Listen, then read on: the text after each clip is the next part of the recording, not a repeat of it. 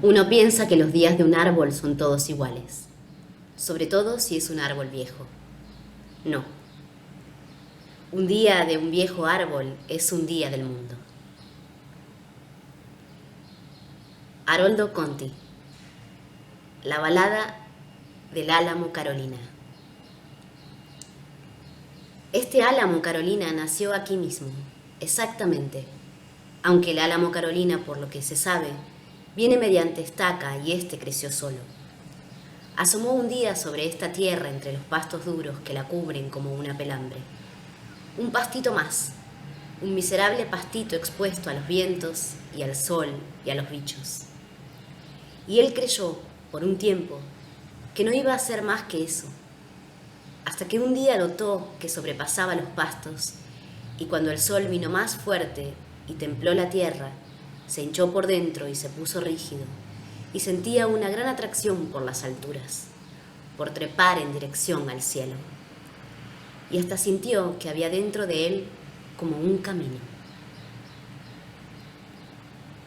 Aunque todavía no supiese lo que era eso, lo supo recién al año siguiente, cuando los pastos quedaron todavía más abajo, y detrás de los pastos vio un alambrado, y detrás del alambrado vio el camino, que es una especie de árbol recostado sobre la tierra, con una rama aquí y otra allá, igual de secas y rugosas en el invierno, y que florecen en las puntas para el verano, pues todas rematan en un mechoncito de árboles verdaderos.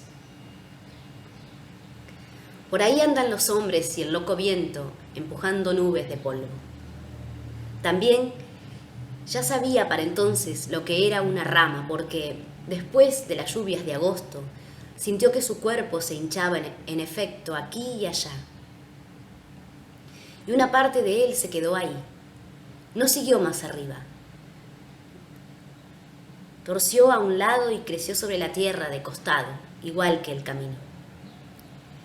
Ahora es un viejo álamo, Carolina, porque han pasado 12 veranos, por lo menos si no lleva mal la cuenta. Ahora crece más despacio, casi no crece. En primavera echa las hojas en el mismo sitio que estuvieron el otro verano, y por arriba brotan unas crestitas de un verde más encarnado, que al caer el sol se encienden como por dentro. Pero él ahora no pretende más que eso, esa dulce luz del verano que lo recubre como un velo. Y dentro de esa luz está él, el viejo álamo, todo recuerdo. De alguna manera ya estaba así hace 12 veranos, cuando asomó sobre la tierra, y crecer no fue nada más que como pensarse. Solo que ahora recuerda todo eso, se piensa para atrás y no nace otro árbol. En eso consiste la vejez, ver de memoria. Ahora es el comienzo del verano, justamente, y acaba de revestirse otra vez con todas sus hojas, de manera que, como recién están echando el verde más fuerte, son como pequeños árboles cada una. Por la tarde, cuando el sol declina y se mete entre las ramas, el álamo se enciende como una lámpara verde, y entonces llegan los pájaros, que se remueven bulliciosamente entre las hojas, buscando dónde pasar la noche. Y es el momento en que el viejo álamo, Carolina, recuerda.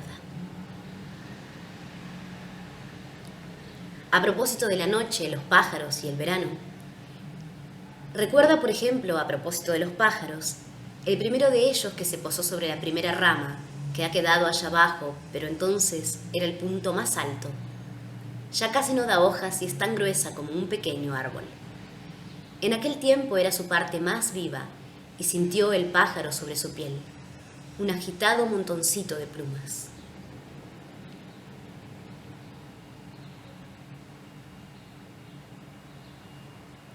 Descansó un rato y luego reemprendió el vuelo. Recién 2 veranos después, cuando divisó la primera casa de un hombre y detrás de ella la relampagueante línea del ferrocarril, una montera armó un nido en la horqueta de la última rama. Cortó y anudó ramitas pacientemente, y así el álamo se convirtió en una casa. Supo lo que era hacer una casa, el alma que tiene una casa, como antes supo del camino y del alma del camino, ese ancho árbol florecido de sueños. El nido se columpiaba al extremo de la rama y él, aunque gustaba del loco viento de la tarde, procuraba no agitarse mucho por ese lado. Le dio todo el cobijo que pudo, echó para allí más hojas que otras veces. Al final del verano, los pichones saltaron del nido y lo sintió desplazarse tembloroso sobre la rama con sus delgadas patitas. Tomar impulso una y otra vez y por fin lanzarse y caer en el aire como una hoja.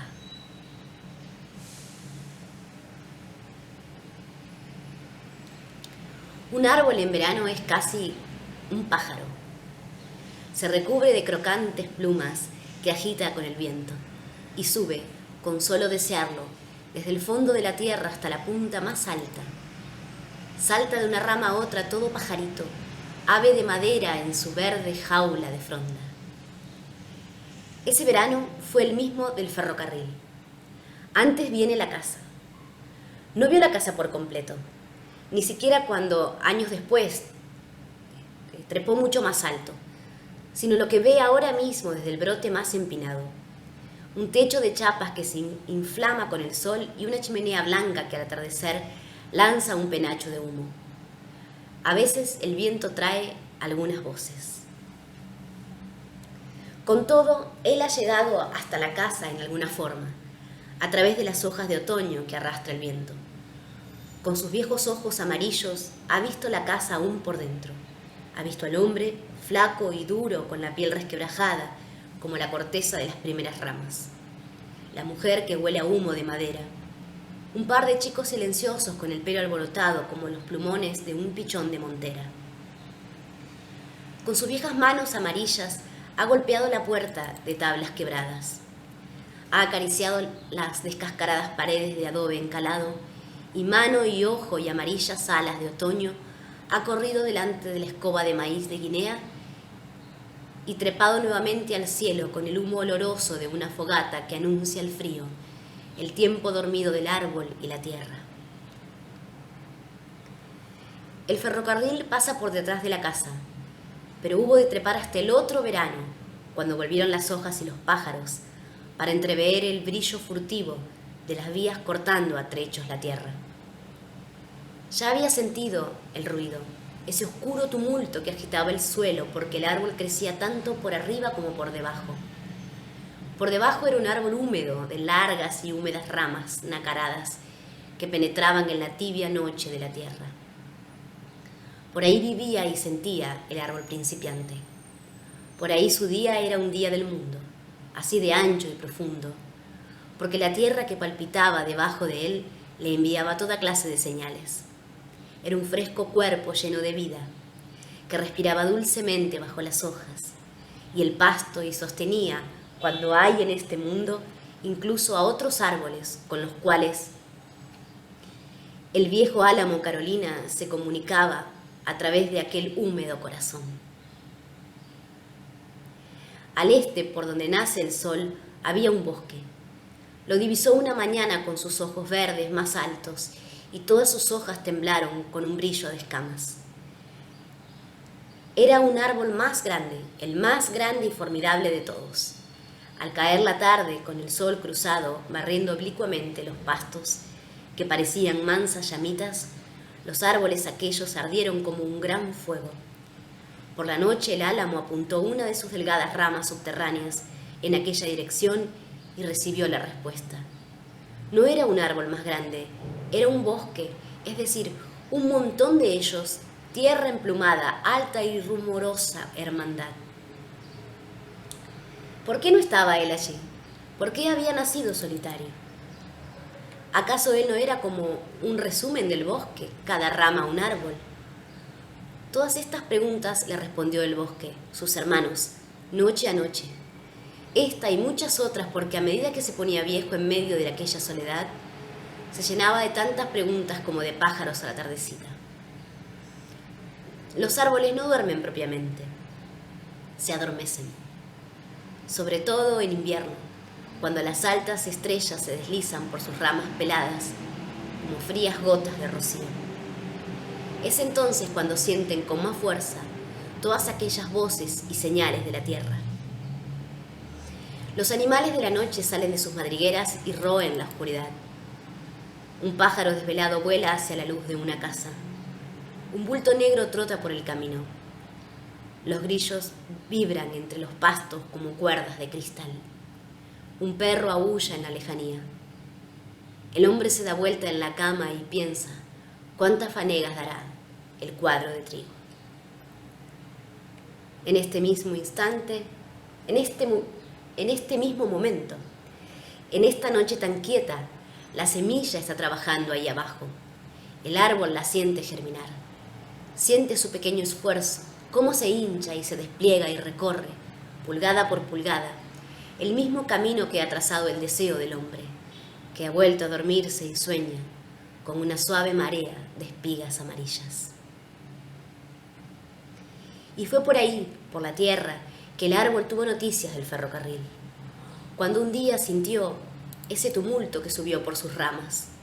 Tiempo después, luego de divisar la morada del hombre, vio por fin aquella alocada y ruidosa casa que con chimenea y todo corría sobre la tierra, y supo por ella que además de los pájaros, gran parte de cuanto vive se mueve de un lado a otro, y el viejo álamo, que entonces no era tan viejo, pero sí árbol completo, sintió por primera vez el dolor de su fijeza. Él solo podía ir hacia arriba, trazando un corto camino en el cielo, y al comienzo del otoño volar en figura según el viento en la trama de sus hojas. En cierto momento después de la casa, el tren se transportaba entre sus ramas y a veces el penacho de humo llegaba hasta el mismo álamo. Esto dependía del viento, del cual, por instrucción de los pájaros, el viejo álamo había aprendido a extraer otros muchos sucesos. Según soplase, él agitaba sus hojas como verdes plumas y simulaba temblorosos vuelos. El viento subía y bajaba en frescas turbonadas. Por adentro, el viento subía y bajaba en frescas turbonadas por dentro de aquella jaula vegetal, provocando, de acuerdo a la disposición del follaje, murmullos y silbidos que complacían al árbol músico. Todo esto se aprende con los años, un verano tras otro, y luego para el árbol son materia de recuerdo en el invierno. El invierno comienza para él con la caída de la primera hoja. Un poco antes, nota que se le adormecen las ramas más viejas y después el sueño avanza hacia adentro, aunque nunca llega al corazón del árbol. En eso siente un tironcito y la primera hoja planea sobre el suelo. Así empieza. Después cae el resto y el viento las revuelve, las dispersa, corren y se entremezclan con las hojas de otros árboles, cuando el viejo álamo Carolina ya se ha adormecido y piensa quietamente en el luminoso verano que, de algún modo, ya está en camino a través de la tierra por el tibio surco de su savia. La lluvia oscurece sus ramas y la escarcha las abrillanta como si fuesen de almendra. Algunas se quiebran con los vientos y el árbol se despabila por un momento. Siente en todo su cuerpo esa pequeña muerte, aunque él todavía se sostiene, sabe que perdurará otros veranos. Hasta que allá por septiembre memoria y suceso se juntan en el tiempo y un dulce cosquilleo sube desde la oscuridad de la tierra, reanima su piel, desentumece las ramas y el viejo álamo Carolina se brota nuevamente de verdes ampollas. El aire ahora es más tibio y el hombre, al que observa desde el brote más alto, recorre el campo y espía las crestitas verdes que acaban de aparecer sobre la tierra. Para mediados de octubre, el viejo álamo está otra vez recubierto de firmes y oscuras hojas que brillan con el sol cuando la brisa las agita a la caída de la tarde. El sol para este tiempo es más firme y proyecta sobre el suelo la enorme sombra del árbol.